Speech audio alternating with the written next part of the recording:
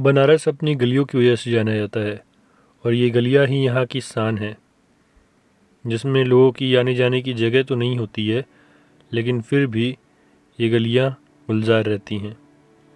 तो आज हम लोग इसी गलियों से चलेंगे घाट की ओर। अभी मैं जिस गली में आया हूँ यह है मणिकर्णिका घाट तक जाने वाली गली, जिसे लोग खोआ गली भी बोलते हैं। यहाँ पे बनारस में अलग अलग जगह खोआ जाता है।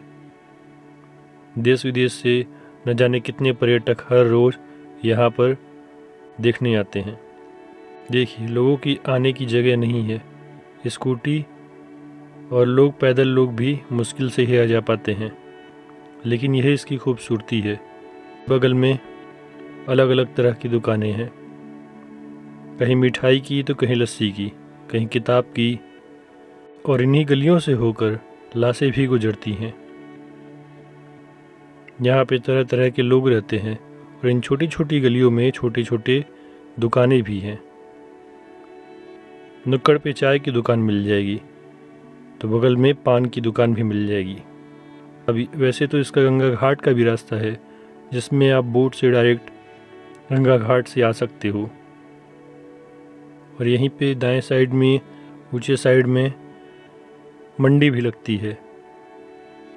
छोटी छोटी जगहों पे ऐसी मंडियाँ आम हैं। लोगों का आना जाना लगा हुआ है, हुजूम हमेशा लगा रहता है। ये गलियाँ कभी वीरान नहीं लगती, क्योंकि लोग यहाँ पे आते जाते रहते हैं। कोई दर्शन के लिए आता है तो कोई अपने परिजनों के अंतिम संस्कार के लिए। इन्हीं गलियों में न जाने कितने छोटे छोटे मंदिर हैं जिनकी हजारों साल की मान्यता है। देश विदेश से काफ़ी पर्यटक बनारस में आते हैं।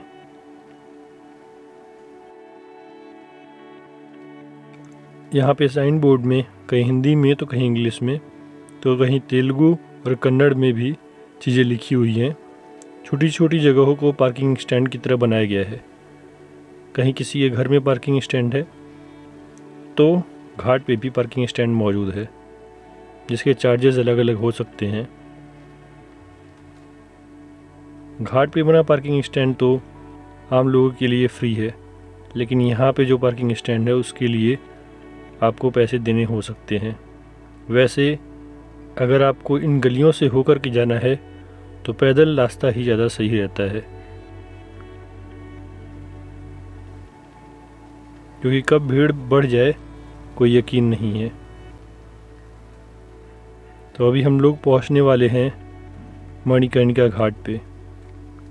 यहीं पे बगल में ही मौजूद है काशी विश्वनाथ धाम। वाराणसी शहर न जाने कितनी चीज़ों के लिए प्रसिद्ध है। मंदिरों से लेकर पतली गलियों तक, गंगा आरती से लेकर प्रसिद्ध घाटों तक, यह शहर न जाने कितनी विविधताएं लिए हुए सदियों से हमारी संस्कृति का साक्षी बना हुआ है। इस शहर के बीचों बीच सबसे पवित्र नदी गंगा बहती है, तो इसके किनारे बसे घाट अपनी एक अलग कहानी बयां करते हैं। गंगा किनारे बसे इन घाटों में से एक है मणिकर्णिका घाट। वास्तव में यह घाट न जाने कितने रहस्यों को अपने आप में समेटे हुए है। इस घाट में जहाँ एक तरफ चिताओं की अग्नि कभी नहीं बुझती, तो वहीं न जाने कितनी रहस्यमय घटनाएं होती हैं। इतनी विचित्रताओं की वजह से इस घाट में आखिर ऐसा क्या खास है जो इसे दूसरे घाटों से अलग और विचित्र बनाता है। आइए जानते हैं। मणिकर्णिका घाट वाराणसी के सबसे पुराने घाटों में से एक है और हिंदू धर्म में पवित्र शास्त्रों द्वारा इसे अन्य घाटों में सर्वोच्च स्थान दिया गया है।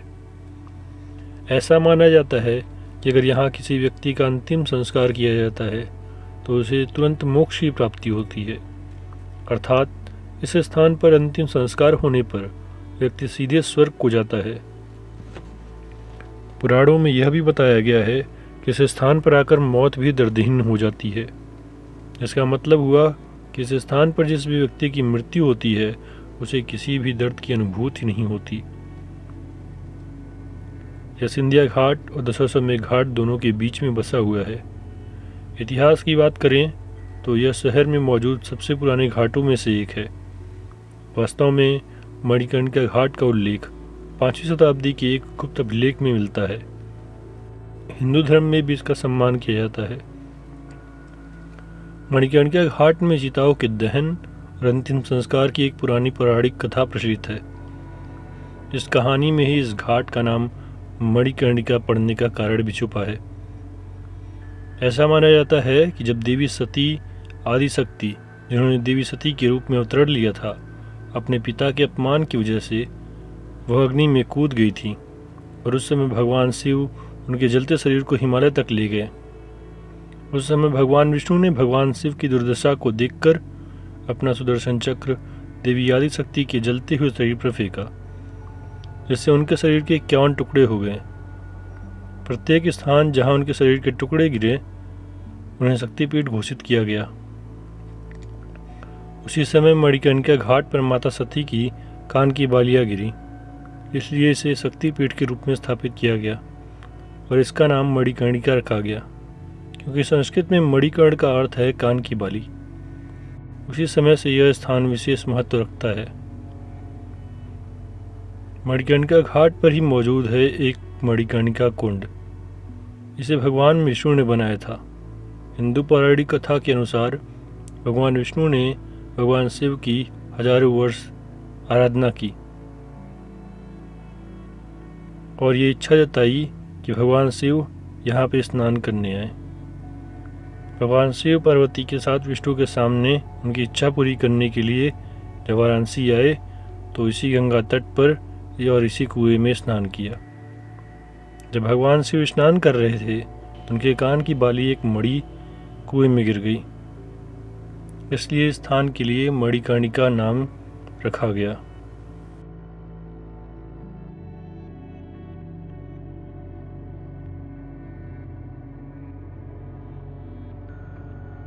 वाराणसी के इस प्रसिद्ध घाट के बारे में प्रचलित है, यहाँ चिता की अग्नि कभी ठंडी नहीं होती। यही नहीं, यहाँ के लोगों का यह भी मानना है कि जिस दिन चिताएं जलनी बंद हो जाएंगी उस दिन वाराणसी के लिए प्रलय का दिन होगा। यह घाट बनारस के 84 घाटों में से सबसे ज़्यादा मशहूर है और इसे मोक्ष का प्रतीक माना जाता है। दूर विदेशों से भी इस घाट को देखने लोग आते हैं और इसकी खूबियों का बखान दूर तक होता है। घाट के शीर्ष पर जलाऊ लकड़ी के विशाल ढेर लगे होते हैं।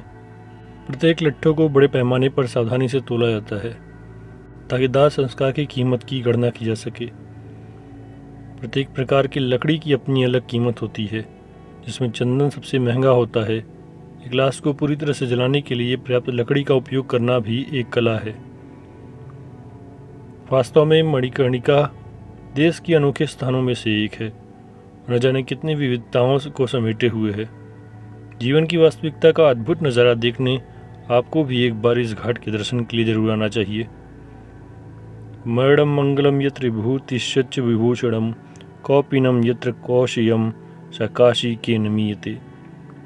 इस श्लोक में काशी के मणिकर्णिका घाट की महिमा बताई गई है।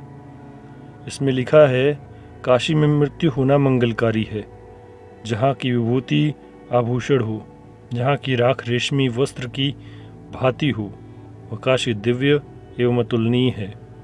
जो जीव काशी में प्राण त्यागता है वह फिर उसे जन्म मरण के चक्र से मुक्ति मिल जाती है। इसी घाट पर मौजूद है एक ऐसा मंदिर जो साल के अधिकतर समय जल में समाहित रहता है। इसे रत्नेश्वर महादेव मंदिर के नाम से जानते हैं। मंदिर का इतिहास भी बेहद दिलचस्प माना जाता है। इस मंदिर का निर्माण राजमाता महारानी अहिल्याबाई होलकर की दासी रत्नाबाई ने कराया था। ऐसा कहा जाता है कि रत्नाबाई ने इस मंदिर का नाम अपने नाम पर रख दिया था, जिसे दुखी होकर अहिल्याबाई ने उनको श्राप दिया। तब से यह मंदिर कुछ डिग्री झुका है। इसी घाट पर अघोरी अपनी तंत्र साधना भी करते हैं। ऐसा माना जाता है कि अघोरी मानव के मांस का सेवन भी करता है। ऐसा करने के पीछे तर्क यही है कि व्यक्ति के मन से घृणा निकल जाए। जिनसे समाज घृणा करता है, अघोरी उन्हें अपनाता है।